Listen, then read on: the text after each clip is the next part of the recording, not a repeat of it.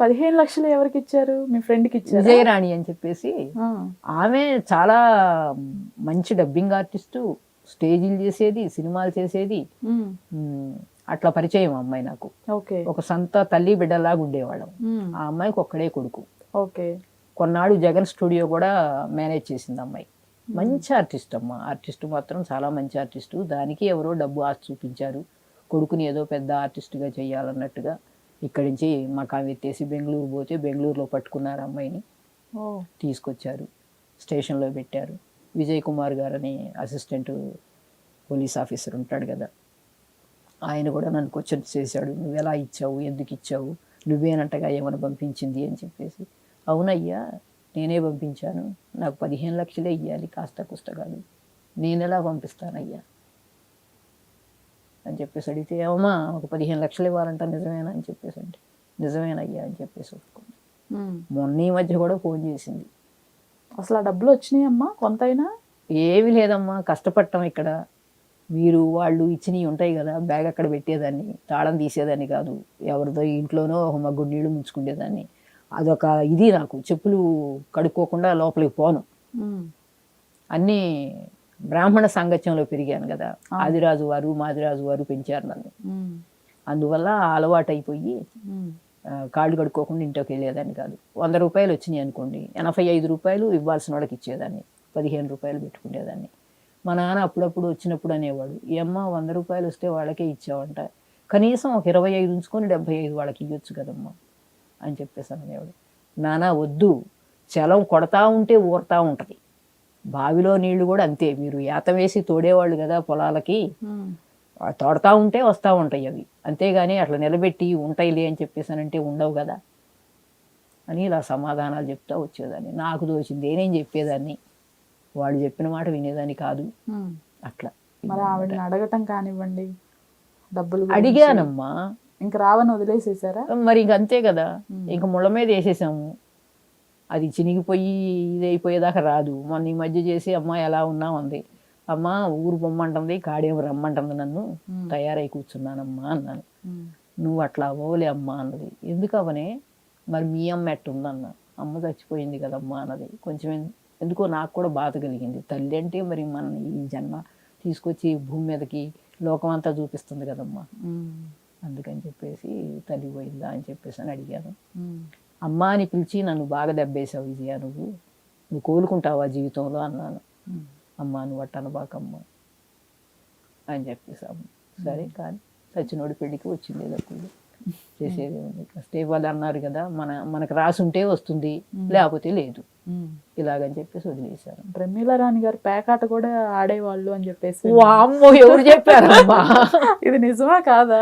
నిజమమ్మా, నిజమేనా? నిజమే. క్లబ్ కూడా వెళ్ళేదాన్ని అమ్మా.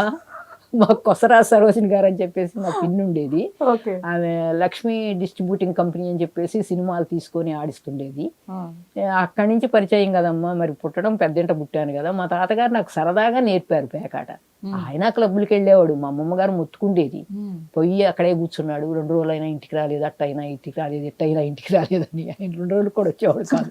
నేను అలా కాదులే గాని అదొక పిచ్చి ఉంది, ఇప్పటికి కూడా కార్డ్స్ ఆడుకుంటాను నేను. ఏదన్నా పని అవుద్దా అని చెప్పేసానంటే అది పరమపద సోపానం అని చెప్పేసి ఉంటుంది, 13 ముక్కలు తీసి పక్కకు పెట్టేసి జోకర్లు లేకుండా పైన ఒక ముక్క వేసి కింద 4 ముక్కలు వేసి ఆ ముక్కల మీద పెద్ద ముక్కలు పెడుతుండాలన్నమాట.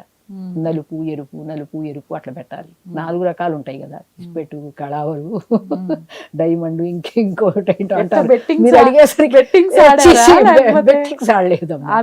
అప్పుడు క్లబ్కు పోయేదాన్ని. మా పిన్ని గారు వచ్చిన ఇంకొక లక్ష్మీ టాకీస్, వినోద టాకీస్ లక్ష్మి గారు అని చెప్పేసి ఉండేవారు.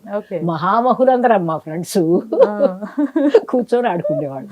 ఏంటి ఓకే 20 రూపాయలు, మరి పోవా పడేసినా 25 రూపాయలు కట్టాలి, అక్కడ పడేసినా 100 రూపాయలు కట్టాలి, ఆడినా కట్టాలి. ఈ చేతులు ఉడికించుకుంటా చేతుల్లో ముక్కలు ఉంటే అదొక సర్వసంతోషంగా ఉండేది అనమాట. ఏదో జయాన్ని జయించినట్టుగా, ప్రపంచాన్ని జయించామన్నట్టుగా.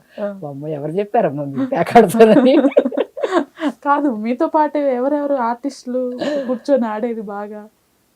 పద్మారావు అని ఒకడు వచ్చేవాడమ్మా, అన్నయ్య అన్నయ్య అంటాను నేను, ఇప్పటికీ ఆయన ఆర్టిస్టే. కుమార్ అని చెప్పేసి ఉన్నాడు, మేనేజర్గా చేస్తున్నాడు. వాళ్ళు తమ్ముడు అంటాను నేను, గుంటూరు నుంచి వచ్చారు వాళ్ళు. ఇంట్లో కూర్చొని ఆడుకుండేవాళ్ళం అమ్మ. ఈ చిన్న ఆటలు అప్పుడు ఆడిని చాలా పెద్ద ఆటలు. ఆడవాళ్ళతో కూర్చొని ఆడే ఆటలు, క్లబ్కి వెళ్ళి ఆడే ఆటలు చాలా పెద్ద ఆటలు. ఓకే. అట్లా ఒక 3-4 లక్షలు. కానీ బాహుబలిలో మీరు ఫస్ట్ అన్నం తినిపించే సీన్ కన్నా ముందు రమ్యకృష్ణ గారికి భావనిస్తారు. అమ్మా పుట్టింది మగబిడ్డ, బిడ్డనైతే దక్కించుకున్నాం కానీ తల్లి మనకి లేకుండా పోయింది అని చెప్పేసానంటే ఆమె తీసుకుంటుంది అనమాట. తీసుకొని చేతుల్లోకి తీసుకుంటే ఆ బాబు ఏలు పట్టుకుంటాడు. బాహుబలి బాహుబలి బాహుబలి అంటది. రమకృష్ణ గారు ఏమన్నా మాట్లాడే వాళ్ళ?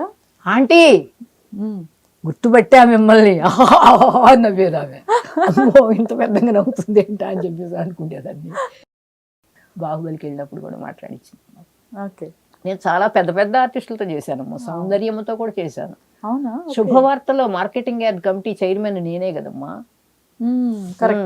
అర్జున్ గారు ఉన్నారు అందులో. అవును అవును. ఆ పెద్ద ఆయన కూడా ఇది కాంతారావు గారు నా పక్కన వేషం వేయాలంటే భయపడేవాడు. కత్తి కాంతారావు గారు. ఓకే. మానస వీణ అని చెప్పేసి సీరియల్ ఒకటి చేసాం మేము. అక్కడికి వచ్చాడు ఆయన. వచ్చి నమస్కారం అమ్మా అన్నాడు. సార్ మీ ముందు నేను ఎంత అండి అన్నాను. లేదమ్మా మీలో చాలా మంచి ఆర్టిస్ట్ ఉంది, కనిపించదు అంతే, బయటికి తీస్తే మాత్రం వచ్చేస్తాయమ్మా, పేగులు ఎండేసేస్తావు అనేవాడు. అంత మాట అనొద్దు సార్, మీలో నేను ఎంత అనేదాన్ని. లేదమ్మా